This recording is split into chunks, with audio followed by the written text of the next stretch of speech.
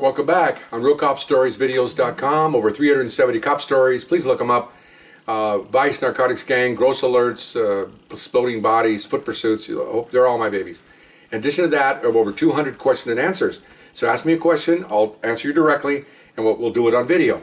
Okay, so if you want to ask me a question, email me at rsbcopstories@gmail.com. Someone asked me to explain or talk about a unique jury trial or case trial in court. I'll try to keep it short because it really isn't a long story, but it's interesting how I did some things here. Okay, at the time I had almost 20 years on the department. I had 6 years in narcotics. I was a narcotics supervisor, and we were making pretty good size cases, meaning amounts. We'd get like a kilo of coke, consider like the size of a ham. Those are kilo, 2.2 pounds. We would seize like 100 of them, 300 of them, 500 of them, millions, $5 million, $6 million, all these seizures. And so to get there, one of the cases I had in particular, we had a clue. An informant told us there was this house that they were dealing narcotics out of, and we sat on the house trying to condense this. We had a uniform black and white standing by just in case, set up at 6 in the morning. We don't know what's going to happen all day, so we pretty much commandeered this uniformed officer, or two of them, to help us. Well, it didn't take long. 11 o'clock, a van pulls out, takes off with 2 Hispanics in it. So I'm the case agent, so I take off with one of my partners, and the rest of the squad, there was 6 of us, the rest of the 4 stay at the house, and they request another unit to help them in case something happens at the house. We take off following the van. We wanted to go far enough away from the house so no one would see the van being stopped. So we have radios. It gets about 2 or 3 miles away, and we had the uniform officers pull the van over. Okay, they pull it over, they get them out. Kind of a soft stop. They didn't take their guns out. They just had them come on back. Can we look in the van? No. Okay. All right, fine. So it's my case, and we knew it was a good case. We had a really good informant, so I had canines standing by, dope sniffing dogs. So he just pulls up, gets out. Of course, the dog goes over there and pretty much humps the van. Okay, he's all over that van. And this dog was. Some dogs will when they find the narco, they'll sit. Okay. Some dogs will bark. Just depends on the handler. This dog was scratching. He was a scratcher. He would get up there and they'd bring him around. All of a sudden he's going, on the back door. Then he brought him around to the side door. And he looks at me and he goes, okay, you got side door, you got back door. Van's got his stuff in it. Okay, fine. So I'm in the middle of investigation. So I ask again in Spanish, we don't look in the van, you open it. No, F you. Okay, fine. So based on the dog, okay, we decided, because the district attorney told us that if the dog hits, then you can look in the van as long as you don't have to break it open. We had the keys, so we opened the van. Well, there's like 300 kilos in there. Okay, each kilo is worth about 400,000 retail. So you're talking 10 would be 400. 10 would be 4 million. So we had about $12 million in dope there. Okay, fine. So I get the radio, tell the guys back at the house we got a hit. So they hit the house. These officers took care of these guys temporary, and then we took off to go back to the house. I had a search warrant for the house, not for the van. Going to the house, looking around, where's everything? Okay, we can't find anything. Weird, came from the house. Go in the garage, can't find anything. Well, that's weird, okay. So we call the dog up. Dog goes in, sniffing around, goes right to a big panel that's under the stairs where it's an intake for the heating and air conditioning. Okay, he goes right there. Well, we look closer, and you can see the screws are new on the vent. We probably would have seen that eventually because that's what we do for a living, but the dog helped it along really quickly. So we get screwdrivers out, take out the panel, and inside, under the stairwell, all the way up to as far as you could reach, was kilos of cocaine. Okay, there's about probably 400 or 500 kilos in there. Okay, so good caper all the way around. DA wasn't sure about the seizure of the van, or the seizure in the van, because we didn't have a warrant, but we saw it come out of the house. There's all kinds of legal things going on here, and that's not my preview to do that. Everybody got arrested, all the evidence got booked, and the dog handler gave me affidavits, one for the van and one for the house. And his affidavit basically says that the dog handler so-and-so, with a partner named, Rosie, the dog's name, K9 number so-and-so for the police department, had a request from an agency, they have lines he fills in, to check out a van, the van number so-and-so, you fill it in, and the dog had a reaction to the right front door and the rear doors, and that's all he says. He doesn't say any opinion. The dog had a positive alert, as they call it, positive alert, and that's it. Signed by him, and that's it. They don't make any conclusions at all because he's not a detective. He's just monitoring the dog's actions, is the word to put that. Okay. And then the other one said the same thing about the house. We were called in, ran the dog through the house. I use the word ran, but the dog was going through the house. Acted, or had a response underneath the stairwell, and that's it. The officers, he didn't put anything else in there. That's just what the dog did. No conclusions. On purpose. Okay, because later on I'll tell you why. He forms no opinions. He's a dog handler. That's all he does is tell us what the dog responded to. Got an active alert. Okay. Okay, so now we had our own DAs that worked for strictly large-scale cases because these are going to go to jury trial most of the time. Okay, so because they're going to get 20 years, 30 years to life, they're going to fight it. Okay, so now I got all this ready to go. I go present to the DA the next day. All the charges are filed. These guys are in court for $1 million bail, and within 2 weeks, 3 weeks, they're going to start a trial. They want to go to trial. Okay, there's two in the van and one in the house. So we got 3 guys. And all of a sudden they don't speak English, so they have 3 translators. They have 3 attorneys paid for by you guys. Attorneys paid for, or translator paid by you guys. Us paid by you guys. Anyway, so okay, fine. So now I get to court. I get a subpoena. I go to court. Well, I've been around a while, so I know the dog. They're going to want to stipulate. They're going to stipulate to the dog's affidavit, meaning that they're going to say, "Oh, we don't need a demonstration. We'll just look at the affidavit and we'll say that is we'll have the officer here, the dog handler, and he'll just say, "Did you fill this out?" Yes. We don't need a demonstration. We don't need to bring the dog in. We'll just abide by what the officer wrote. Okay. Well, we're going to have jury here. I've done a lot of jury trials, and I think I only lost one. And I'm going to do it for the full tilt. So when I come to court that day, I go into the DA, and they have the jury pool sitting in the courtroom. There's like 30 or 40 people in there, big courtroom, and they're going to pick names that day. Start picking names for the trial. So we haven't started yet. They're going to start about 9:30 or something. So I'm there like 8:30. I got to check in with the DA, and we're going to get my case ready. And I got photographs, and I'm the case agent, so everything I have to testify to the warrant. I'm pretty much going to give the case to the people, to the jury. It's my job. Going to the DA, how's it going? Good. He goes, you got the officer here? Yeah, I got the officer here. He goes, what else you got? So he goes, anything else? No, I'm good. And he goes, counselor, one more thing. What? I brought the dog here too. He goes, oh, we don't need the dog. I said, no. I said, I've done this before. He goes, what have you done before? I said, I'm going to have the dog handler come in and sit in the audience with the dog. Why would you want to do that? Can I do that? He goes, sure. Okay, I want to show you what's going to happen here. I did this once before and it worked very well. He goes, what are you going to do?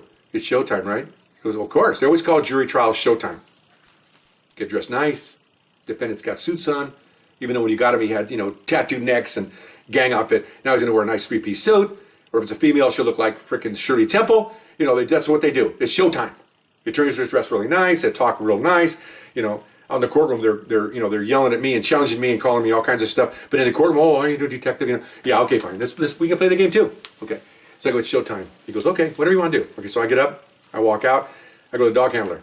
Guy, I know him really well. Had him out a bunch of times. I go, this is what I want you to do. Is this dog petable? He goes, petable? Yeah. Can people pet him? Oh yeah. I just don't put their face on his nose. Or put the hand on the nose. Okay, so they can pet him, right? Yeah. I want you to go in the room back there. I want you to sit in the back of the room and have the dog next to the aisle. He goes, why?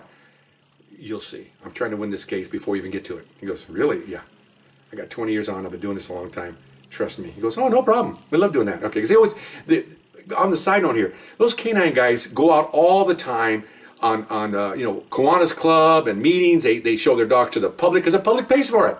I mean, they want to see dogs and show them. They even do demonstrations about finding stuff, and it's neat. It's neat to watch as a civilian. I like to watch myself as a policeman. It's very neat to. So he's used to doing this. He's used to being in groups. The dog's used to being around people. He's used to all this. Remember now, this is not a human. This is not a human seeking dog that wants to bite everybody. Okay, this is a dog who just goes after narcotics. They're really calm, and they're just there. You see them all the time. They look like they're always happy because they're going to have because.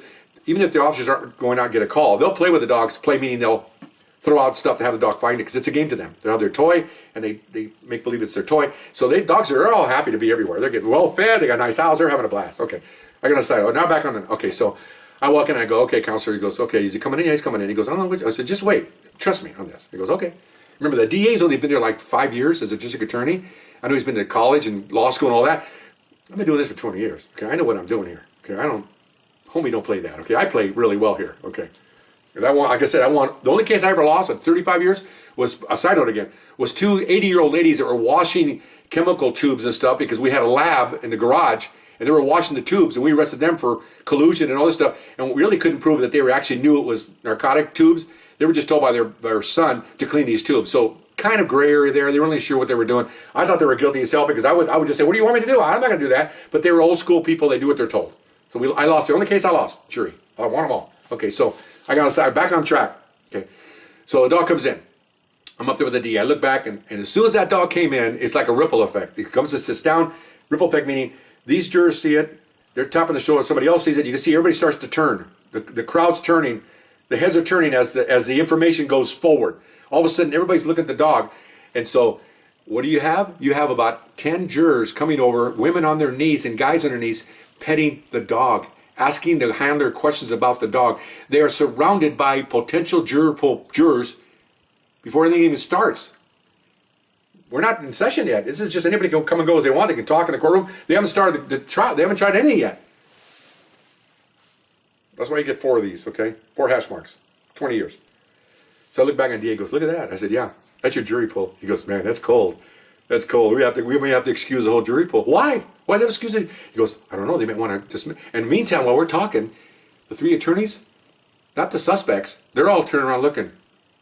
And they look at us, and I'm looking like, and they're looking, and they're having a powwow, and they're looking. They are disturbed over this. Okay, this is going to be the jury pool, okay, that they're going to pick people from. So he goes, oh, they may dismiss everybody. I said, good, fine. We'll get another jury pool. Is it against the rules, counselor, to bring in a dog? He goes, no, absolutely not. He was subpoenaed, right? Yeah, he was subpoenaed. He goes, wow, man, you're pretty good at this. I said, yes, he got a subpoena, didn't he? The dog and the handler. He goes, yeah, that's pretty good. I said, yeah. So if he dismisses the jury pool, fine. Then we'll just bring in, when the new jury pool comes, I'll bring the dog again. He goes, oh, man, I said, can I do that? He goes, yeah, you can do that. Thank you. I'm playing the game. Let's get down and play here. I got a bat, you throw the ball. Let's do some baseball here, okay? They're having a powwow. This is going on for 15, 20 minutes, okay? Clerk comes out, they're getting ready to call, So now the clerk says, okay, everybody please take their seats, okay? Take their seats. We all sit down. The dog handler's back there with the dogs. The dog's just sitting there. He's happy, Judge comes out, Okay, we're going to start the jury selection. Any objections? Here's the attorneys. Your Honor, let come to the bench. And then he goes, oh yeah. So all 3 of them go up there, and the DA goes, uh-oh. He goes up there. We probably figured they're going to make a thing about the dog. They're going to say, oh, I'm out of here. This is crazy. They have a powwow. They come back. I go, are we in trouble? He goes, no, they want to plead out. I said, what? He goes, yeah, they want to plead guilty. What? He goes, can you believe that? I go, what are you going to do? I said, I offer 20 years to life. What? They'll serve 18, even in California. He goes, that beats a trial. We'll spend 2 months here on a trial. This is great. I said, okay, let's take it. So then the judge, ladies and gentlemen, we're having a pretrial agreement here, so you're not needed. Please go report back to the jury room and all that. And thank you very much. And so the judge left. Well, there's a lot of commotion. The jury's going to leave. All the jury pool. There's like 40, 50 people in there. They're coming out. They're all shaking hands with the dog handler. They're petting the dog. They're all walking out. They're gone. I go, can I dismiss the dog handler? He goes, oh yeah, we're done here. We're gonna do the plea bargain. Okay. So I go back there. He goes, what happened? I said, those guys saw your dog and they wigged out, man. Their heads exploded. It's because they know that these jurors, man, because they know that the case, a large part of the case is on this dog. He's the one that's going to testify. And they know that dogs have no opinion. They just sit there and go, the dope's in here. That's all they know. He goes, so they know they're screwed. I said, good. He says, that's pretty good. Look at me. That's pretty good. I said, thank you for doing that. He goes, no, I remember that. That's excellent. Thank you. All he went. Judge came out. They pled guilty. It's done. They leave. Everybody shook hands. We wait till they left. The DA goes, that was pretty good. That was really good. I said, yeah. He goes, man. He goes, I never thought of that. I said, well, I'm asking you again. If it happens again, can I do it again? Absolutely. He says, I called my office in the break. There's no precedent that you cannot bring that canine in there. If he's got a subpoena, he's got a subpoena. I said, I know that. He goes, that was awesome. He says, thank you very much. I shook my head. Thank you very much. He goes, wow, you can see his look on his face. He's never seen that before. I was just playing a game here. okay, and I won the game. I played poker, I won with a pair of twos, okay. Although it really wasn't a poker game. I kind of knew the ending here. The worst that could happen was they could have just missed a jury pool and get more jury pool. So I'll do it again. We're playing the game. You want to play hardball? This is the big leagues now. Let's play hardball. Well, they lost. 20 years of life, all of them. That's great. I love it. Anyway, hope you enjoyed that. A very interesting case. I forgot about that till recently. I really enjoyed that one. See you later. Bye-bye.